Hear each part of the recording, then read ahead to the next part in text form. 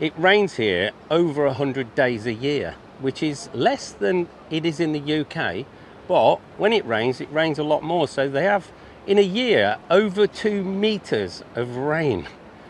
But this is like a subtropical climate because it's still quite warm, which is ideal for growing things like tea. And the place with the biggest production of tea is the place we're going next.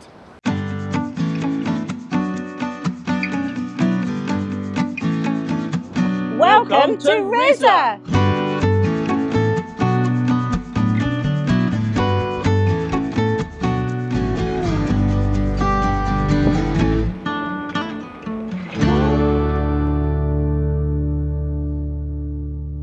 Rize is just 40 miles east of Trabzon.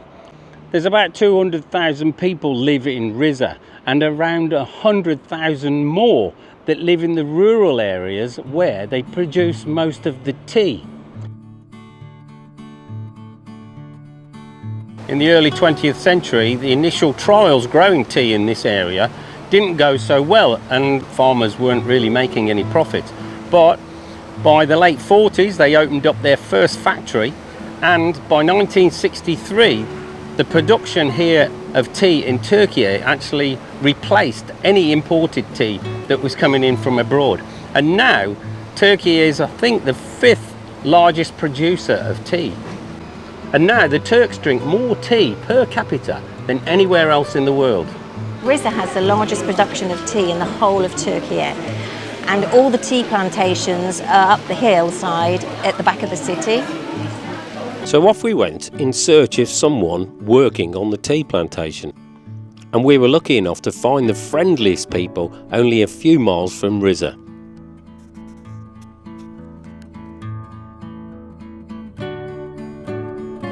Makas nasıl? Ah. Yeah.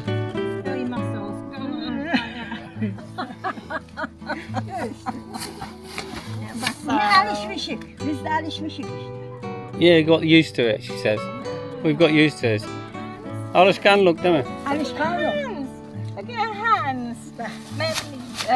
Siz eldiven kullanmıyor musunuz? Her working hands. Yeah. İlaç çok güzel besikeyle. Aynen öyle. It rains an awful lot in this area. So do you still cut the tea when it's raining? Yağmur yağınca hala topluyor musunuz? Fatma said yes, we have to. We work from early morning till 10 o'clock at night sometimes. It doesn't matter whether it's raining or not. We have to work in the rain. Zengin oluyor musunuz? I asked Fatma, does it make you wealthy? And she said, if you own the plantation, it's good. Sadece çalışansa. But if you're just a worker, you live hand to mouth. I spoke to another Fatma who was bagging up the tea, and I asked her, do any of the youngsters ever work here? She said, no, none of the youngsters stay here. Sometimes family visit with their youngsters and they help out, but generally there's no youngsters around here, so they all go to Istanbul then. She says, yeah. And I said, so what'll happen when you've all gone? She says, oh, well, it'll just become a forest. When you look at these bushes, they just look like privet to me. And actually, if you just pull a leaf off, and it tastes like privet as well. And another thing they grow around here because of the climate is kiwi. And they have these cables running all over the mountainside so that they can get the tea in their bags back up to the roadside on the little trolleys, which are on the zip lines. Of course, if you're high up, there's another way of getting your tea bags down the hill.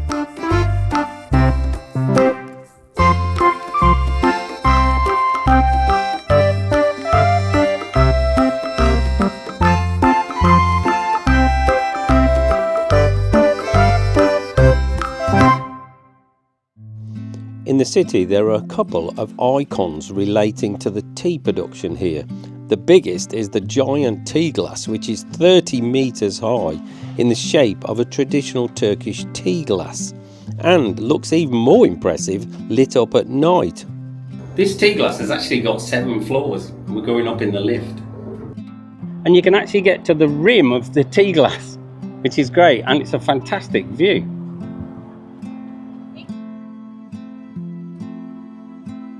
It's used as a gallery, and there was an art exhibition on while we were there. The giant tea glass is in an area called the Tea Trade Centre, which has got a few shops and a place selling different teas as well. But there's also a very nice cafe and the Nalia restaurant. And I met the owner, who actually told me a local saying. Rize'de haftada 2 kere yağmur yağar. Birisi 3 gün, birisi 4 gün sürer.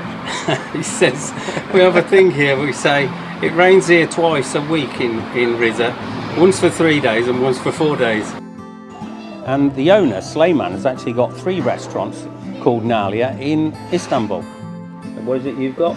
I got sea bass in a tomato and orange lemon sauce.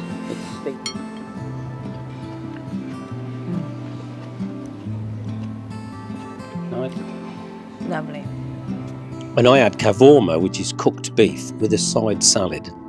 And the whole bill came to £29. But that didn't include any alcoholic drinks because they don't serve alcohol. Another place we found was this little fish restaurant on the coast, quite close to Rize Airport.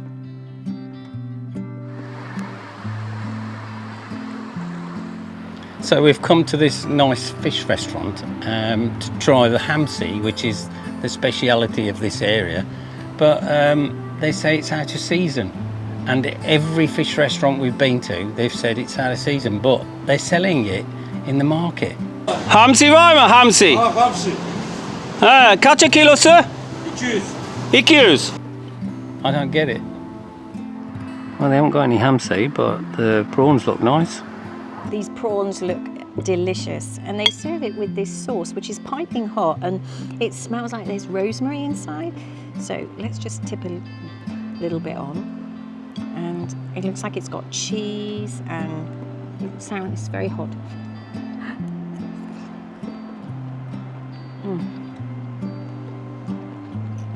That's really good.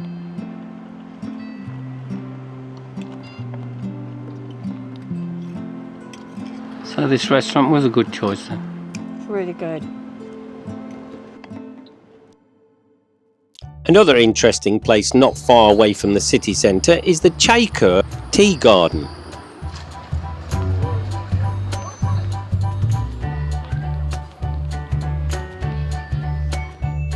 And this complex has got a miniature tea factory to show you how the tea is processed.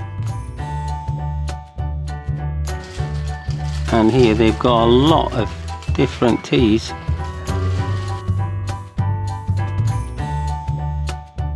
It's also a great place to get a cup of tea.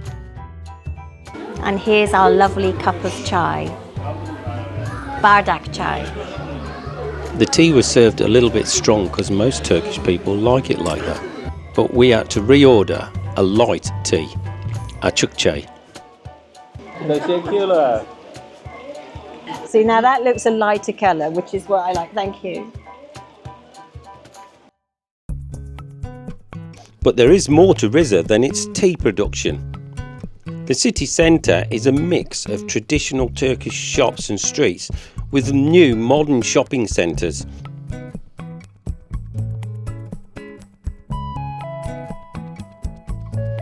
It's a much calmer city compared to Trabzon.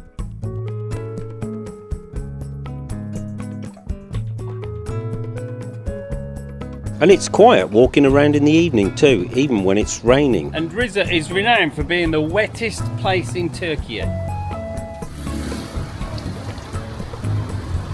There are lots of fast food shops selling pizzas and kebabs. Bu saatte yemek veriyorsunuz. Çok iyi. Ne zaman kapanıyor? Gece 1. Bir mi? Oo. Tamam, kolay gelsin. But we did find this place, which had unusual decor, which included the biggest teddy I've ever seen, great music and good food.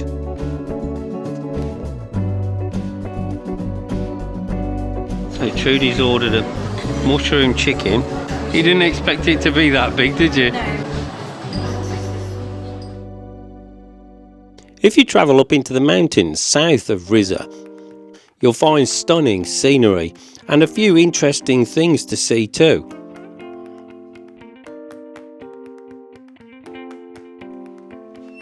There are several waterfalls, one amazing castle,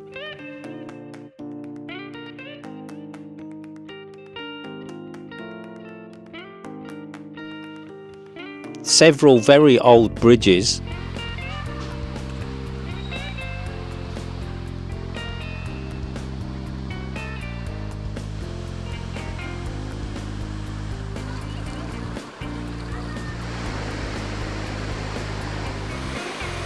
and because of the rivers, if you're feeling adventurous, rafting is very popular and there are several companies dealing with this.